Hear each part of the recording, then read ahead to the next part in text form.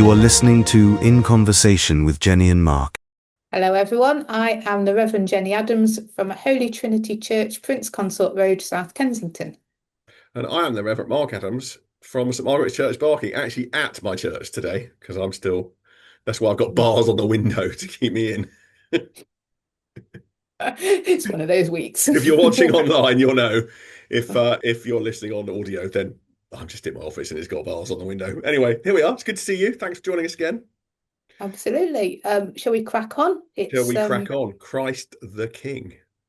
Or Stir Up Sunday. We'll come to that. Or Stir Up Sunday. Okay, well, let's come to that. Yeah, okay. So let's crack on. And Luke 20. It's sort of a bit of a strange reading in some ways, isn't it? Which I think we'll come on to presumably why we think we're looking at this reading this week, but it feels a bit out of time, doesn't it? But there we go. It's because it's the crucifixion. So yeah. Interesting. Have you finished talking? Shall we read it? Shall we crack on? Yeah. Shut up, Mark. Do what you do best and keep quiet. Okay. Do you want to read it then? It's not what you do best. What, talking? Shutting up is what I do best. Yeah. No, it's not. Okay, so it's Luke 23, and what do we think? It's 33 to 43, do we? Or 32? 33 I've got. 33. Okay. You're going to read it then. You crack I'll read it. Okay, reading it. When they came to the place that is called the Skull, they crucified Jesus there with the criminals, one on his right and one on his left. Then Jesus said, "Father, forgive them, for they do not know what they are doing." And they cast lots to divide his clothing. And the people stood by watching, but the leaders scoffed at him, saying, "He saved others. Let him save himself, if he is the Messiah of God, his chosen one." The soldiers also mocked him, coming up and offering him sour wine and saying, "If you are the King of the Jews, save yourself."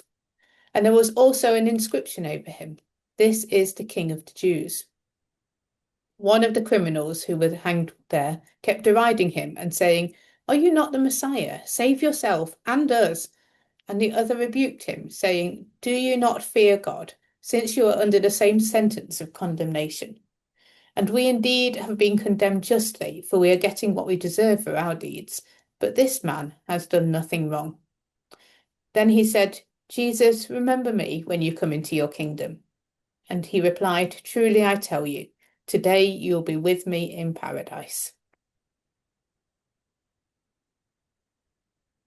Okay, so the Feast of Christ the King, Jenny. What do you know about that? It's the last Sunday in the church Christian calendar. It is the last Sunday. Yeah, it's Happy New Year next week. It is indeed. And I quite like it. I like the fact that we have gone full circle and we will then start waiting. But it also, I do think it fits in with a reminder of who we are waiting for. So when we start again next week, I like the symmetry of it, really. Symmetry, that's not the right word. Because the reading seems a bit out of time. And actually, I forgot that we had this reading of Christ King. So my sort of very lame gag in my sermon last week was, we've been looking through all Luke's gospel, and if you want to know how the story ends, come back on Good Friday. Actually, you didn't need to wait to Good Friday. You can come back today. But it does actually finish the readings as well, doesn't it, through Luke's gospel that we've been tracking all the way through in the Sundays after Trinity.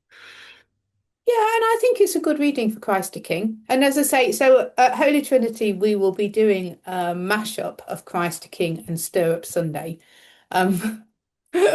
Wow, get down to Holy Trinity. Well, partly because this Sunday we have Imperial College Chamber Choir singing. So, of course, we would normally be prayer book. Well, we are prayer book, and we would be looking at Stir Up Sunday, the collect for Stir Up the hearts of your faithful people.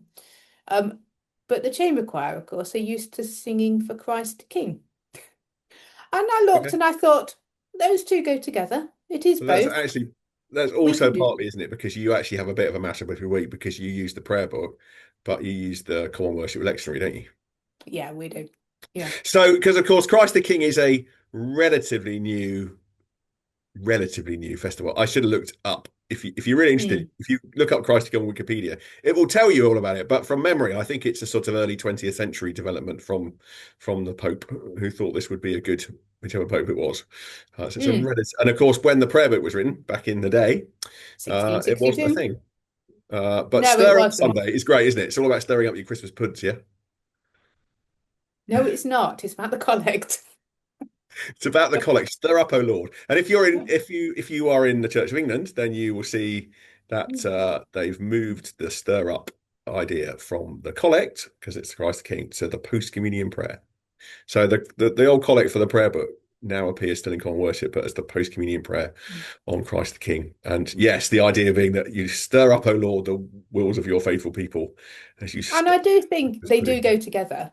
I mean, if how do you think they go together? Okay, so how are you doing this? Well, if you're not stirred up by Christ the King, nice, then nice. Quite frankly, I don't know what's going to stir you. If you're not stirred up by the end of the story, the celebration, Christ is the King, and the fact, well, we can go into the reading a bit more in a moment. In fact, we will.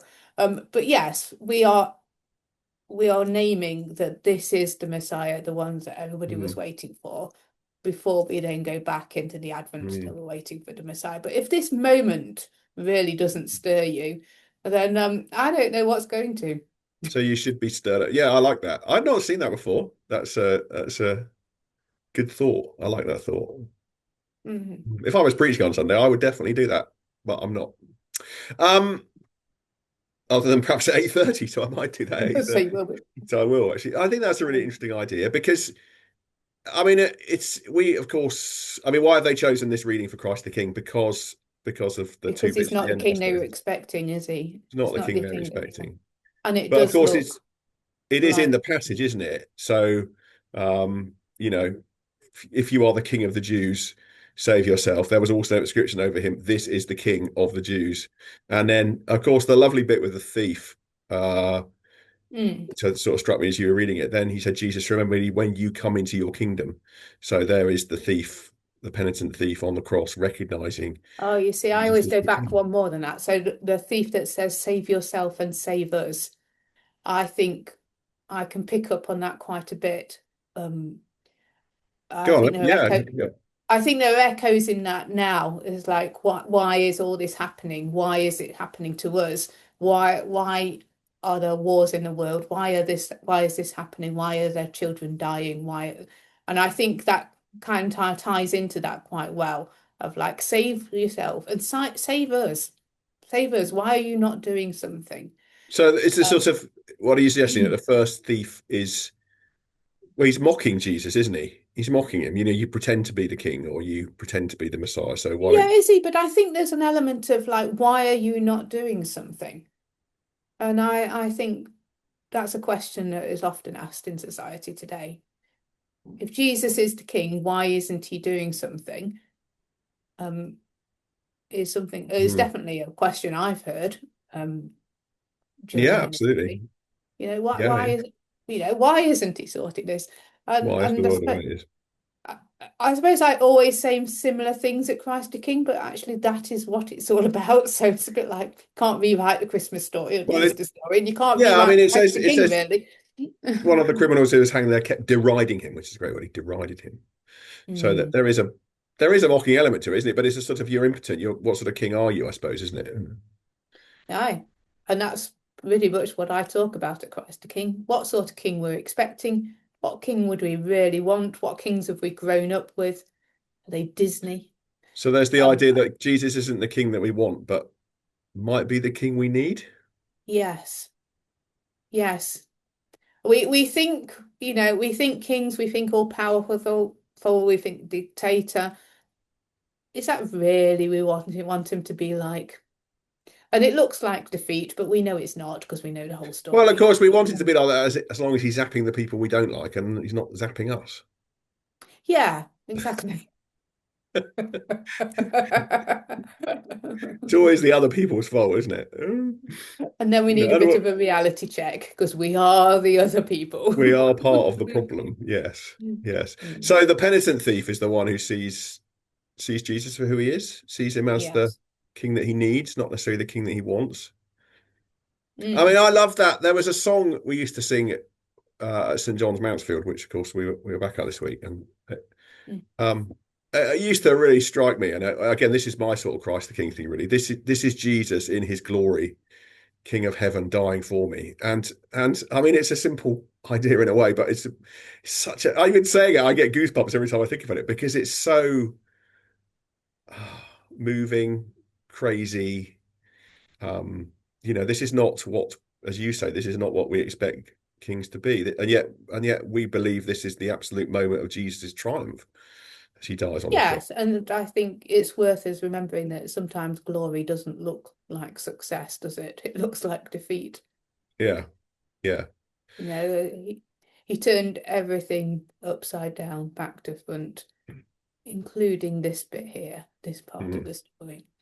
And often what looks like defeat isn't really, but we just don't see it at the time. And all those people there, you can imagine how they felt. They'd pinned all their hopes on him. You can really imagine the disappointment. Actually, I think it's a strong word, disappointment, isn't it? Nobody wants to be disappointed. Oh, it's almost the worst thing, isn't it? Yeah. I mean, it's the worst thing to hear. I'm disappointed in you. I mean, I remember using it once, and someone really bit my head off, and I thought, I'm never going to say that again. But they were quite right to bite my head off, to be fair. I think I deserved it, But I think disappointment is such a strong emotion. I remember it as a child as well, when you built something up in your mind and you were disappointed. It's really, it's something we don't think too much of as adults. But in this case, you can imagine the disappointment. They really thought, they had built it up. Well, Jesus had built it up. They'd been following him. They'd left everything. And now look. And I think we can connect that to today's life, in as much as sometimes it feels disappointing. It feels as though he's not working, but actually he is. So how do we take this then into our lives? What difference does it make to see this as Jesus's ultimate moment of glory? Well, is it going to stir up the wills of his faithful people? Is this going to stir you into action, into faith, into whatever? Yeah, because if Jesus will do this for us, what are we then prepared to give back to him? Yes. In time, money, commitment, life itself. And what are we prepared to give to others if you also then say that we see Christ in others? What are we give? And if you're not prepared to be stirred now, don't worry, because we're starting the story again tomorrow, next week. Yeah. So the response is to be moved, to emotionally engage with it. To be moved in whatever way. But I think the response is to recognize and to be moved, to be stirred. Yeah, to be stirred. Oh, you're good. I know. I think that's excellent. I reckon that's probably done for this week, to be honest. And actually, I guess my final thought was, and you're right, we probably are done, but actually, I mean, I know you'll be using the collect, the stir up collect at the collect point, but actually if you're doing it in common worship, then you've got that progression through the service as well, haven't you? So as you have then, in the Eucharist, as you have then remembered this again and reenacted it again in the Eucharist, then as you go out, you're stirred up. Yes. So it really works there, doesn't it? If you follow that through. And that, you're right, that probably is enough for today. So there we go. We'll be back next week. That concludes our podcast for the year 2024-25, but we'll be back next week for 25-26. Starting at 25. So thank you so much for listening, and we will be back again next week. Thank you all. Bye-bye. Take care. Bye-bye. Thank you for listening to In Conversation with Jenny and Mark. Please subscribe for more episodes on all the usual podcast platforms.